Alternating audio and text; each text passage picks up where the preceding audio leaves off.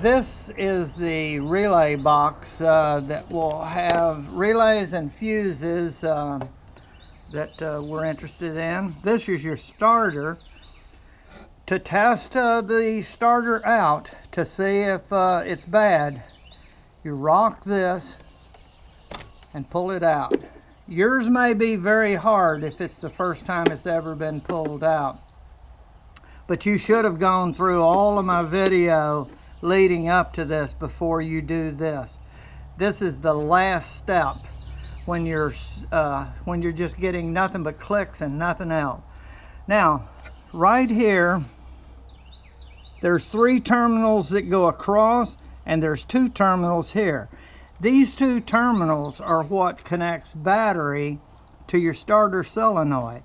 So with a pair of long nose pliers or a piece of wire bent to do this and this will send a current to the starter solenoid. If your starter is good, it should start. That's the only thing you got is these wires up to the solenoid. You're going to hear it click and nothing's going to happen. So I just stick it in. You're going to see sparks.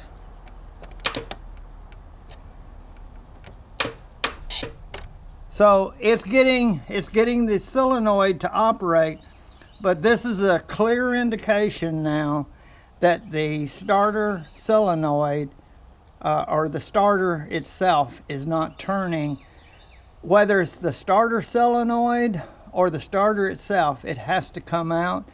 You buy them as a unit, so if you take the whole starter out, you buy everything and replace it. So this means I have to replace it, especially when you get those heavy sparks.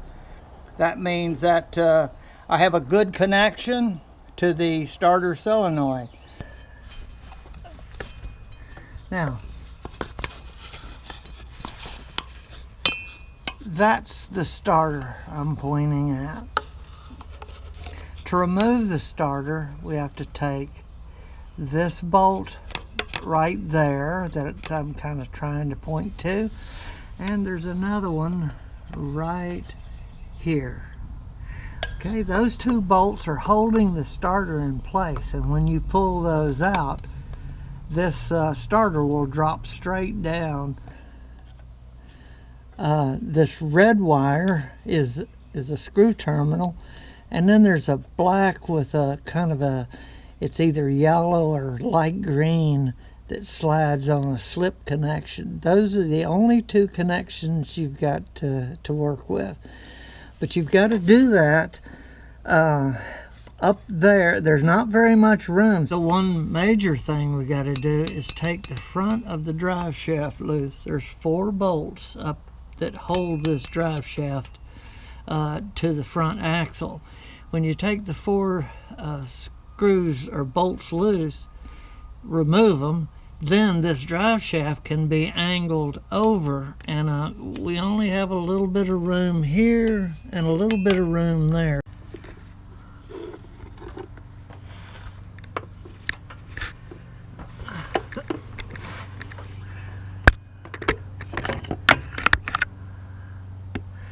Okay, you can see that I was able to get that bolt at about 2 o'clock out of there with my 1/2-inch drive straight in without a universal and like a 6-inch leverage on the ratchet. I was able to break that loose. So they put those on with a impact wrench, and you just are not going to do it with a 3/8 drive.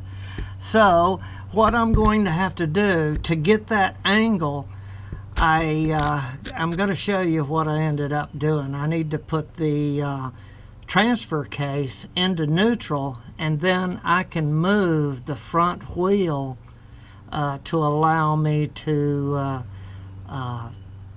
move the drive shaft so that I can line the hole up a little bit more to that angle for the next bolts. And each of the 4 bolts, I can move them to this level and be able to take them out. I'm going to try it this way.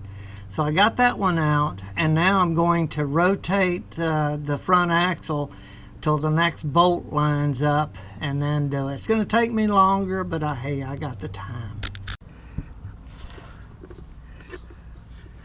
Okay, if you look carefully, you can see the two bolts removed on the bottom.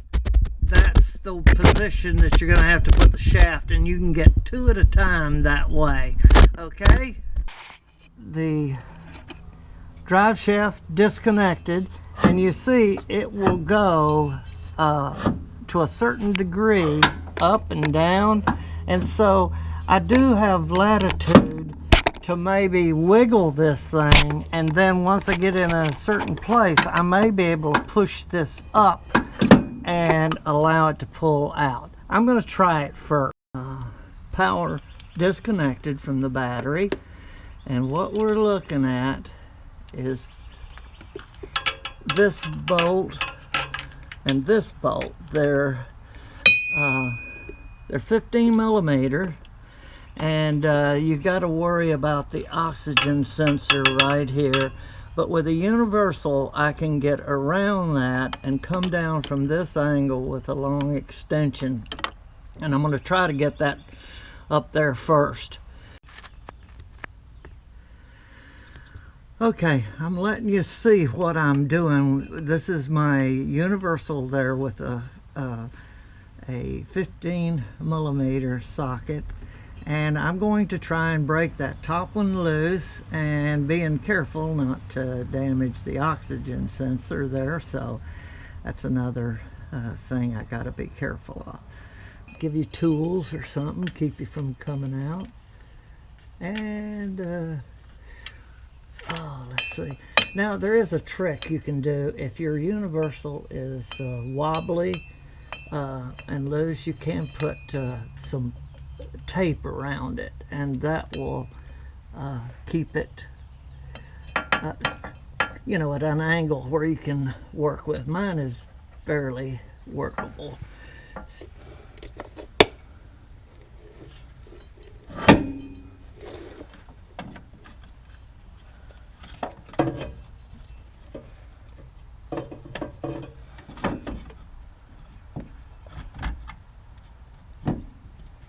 And this heat shield needs to come off.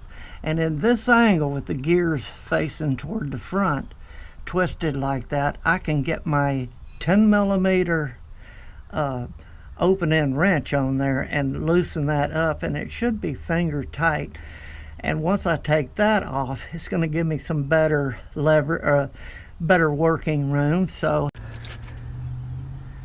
okay, I took the front skid plate off, and now I got a great view in there, and I got a light over there, so this will give me a new way of getting to those terminals.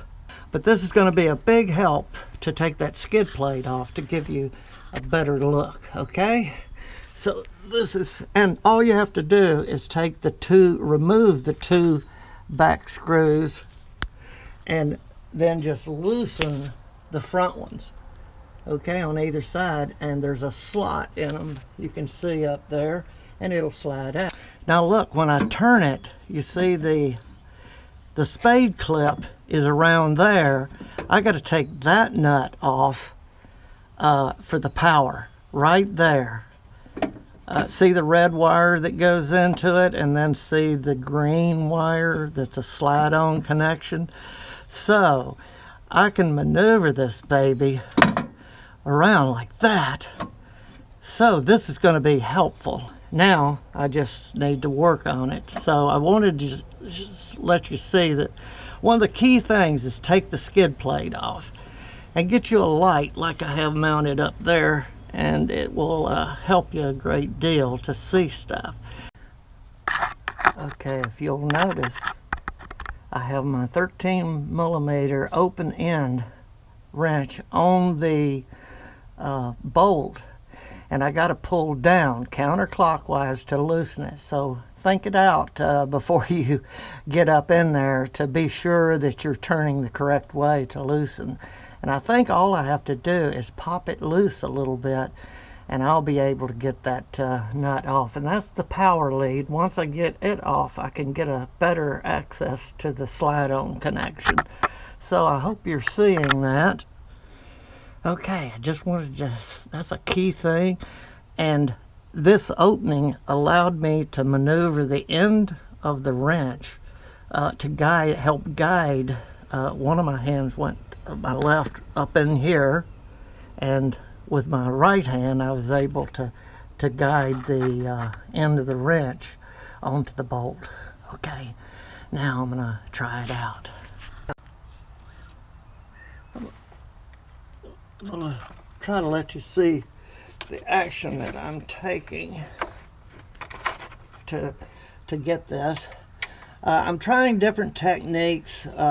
It's hard to get leverage, but what I found is I take my left hand into the starter, and then my right hand, well, my left hand, I can help maneuver it onto the bolt, and I can see the bolt and see when I get on. And I'm going to, the open end is going to be the best because you can slide it on. You don't have to slide it over, and you can position it the best way that you can get the most turn. Okay, so, okay, yeah, there. And then with twisting of the starter, I can also assist in doing this. Okay, now I need both hands to be able to help guide it onto the bolt.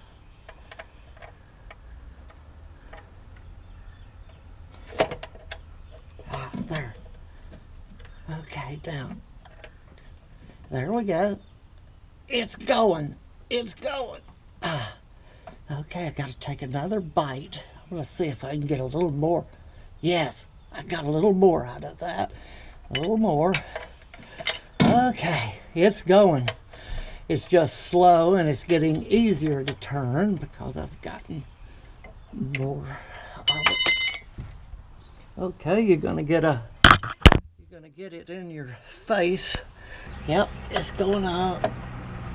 Oh yeah. Okay. Yeah.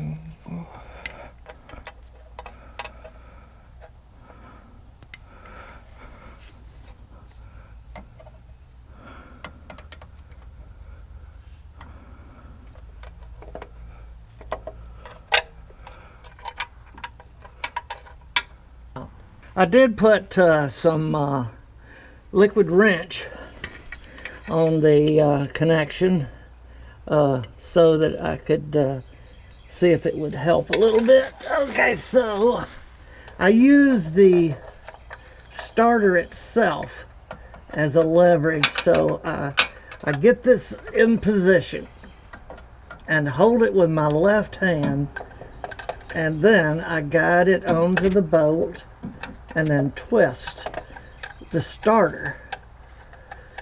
Okay, folks, you cannot get the starter out with the drive shaft in through that opening. So you might as well figure on first thing taking the drive shaft out. And it's not a big deal. I wanted to see if it was possible to maneuver that starter out, and it is impossible. There's not enough room. And so what we got to do is take these bolts loose and remove them so that the drive shaft will be able to fall free, and we have to remove this cross member. You're going to need a jack under here to control this. You want to be able to lower this far enough to get enough clearance to get your shaft out. You don't have to completely remove it. So, but in order to do that, you need to control this. The weight of your transfer case and all of that is resting on this support beam. So we're going to see how this works out. I may put my support jack underneath here also to at some point to secure the transfer case up. I have a jack stand that will fit right under here and hold that in place when I need to. I just need to simply move it out this way, pull it right on out and down, and it comes out. Yahoo! Perfect.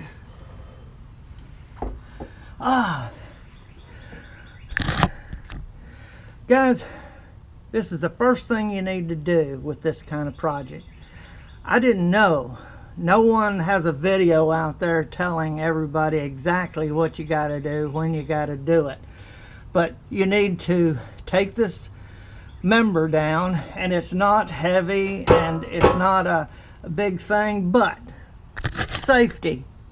You need to support the back of this thing with something, because when you drop this down, you're losing your mount up there, okay? Put the cross member back in with one bolt so I can get in here and work with it. Okay, now I'm going to put my hands in here, pull this out, and look at this. Look at that! Wahoo! And there it is. You see how much of a easier job this will be by removing that drive shaft. Just removing the front and trying to move it around will not work. You'll have a lot more room to get up in there and do stuff. Okay, the new starter, and it's a rebuilt one, $107, and it's a lifetime guarantee. So if anything happens to it, they said bring it back and we'll give you a new one. So I'm okay with that. That's all they had. And here's the drive mechanism. This is the starter solenoid right here, which is a part of the starter. So if something's bad in it, and that's where some contacts are, that's probably a lot of the intermittent problems. The power lead goes on this one right here, and this is from your start relay. That's that plug that goes on there. So here you can see this is your ground connector that gives ground into there, and then down underneath going into here is the wires that actually connect the battery to the starter. Here is the position that I found that if I place it in, I can get to that nut, which you see is right there, and I've got to tighten it. I've tightened it with my hands as much as I can. That's the 13 millimeter that I've got to tighten down, and then slide that spade clip onto the spade terminal. I can't really begin to show. You just have to put it up in there and work with your hands. If you hook the little connector, which is round, if you hook it in there and then kind of twist the starter down a little bit, it'll hold it long enough onto the terminal that you can get your fingers on the bolt and then slide the bolt over, and all of this is done with feel. So I've been able to do that kind of stuff. So if you're not much on working blind, this is going to be a hard job to get out and then get back in. So I got that one. That's the hard part. So it's going to take a little determination. You're going to need to have a light. See, I put my light up there and it gives me some light, and then I got it from the bottom. So that's the best I can show you, okay? But sitting just like that, it seems to give me, that's after I've got it connected. Now I put it in that position to tighten it with a wrench. Now, the way I showed you in the beginning, I can work between these two locations and tighten that. Okay, now I'm going to go do that. There's the new starter. Now, let me show you the connections. You can kind of, I'm going to pull it out, pull it back, and you can see right there the slide-on and the nut. I'm not going to rotate it around. Folks, this is the hardest part, getting these two in there, those two connectors. And there's no way I can video it or show it to you any other way than describe that. You have to feel it and use your fingertips to actually put the nut on that stud. It's going to be something you're just going to have patience and just try every angle with the starter. You need to be able to have the skid plate off so you can see in here. Get a light up there where up in there. I don't think you can see it, but it's a little light LED, and it gives you light in there. Okay, and then once you're all through and you lock those down, now we got to tighten the starter back in position and get everything buttoned up. So now the rest of it's going to be fairly easy. Here you can see how it is. So I'm not going to go through all of showing you putting everything back together, because I don't think it's necessary. It's going to be too long of a video. 10mm bolt there that I put in there to hold that shield in place. There's another 10mm bolt that's supposed to be mounted on the upper side that will hold that in place, but it was too much trouble, and I think the one will do the job. So when you do yours, when you finally finish it, make sure you put that heat shield on with that one bolt that goes into the starter. Okay, all right, don't forget it. I'm sure it's important.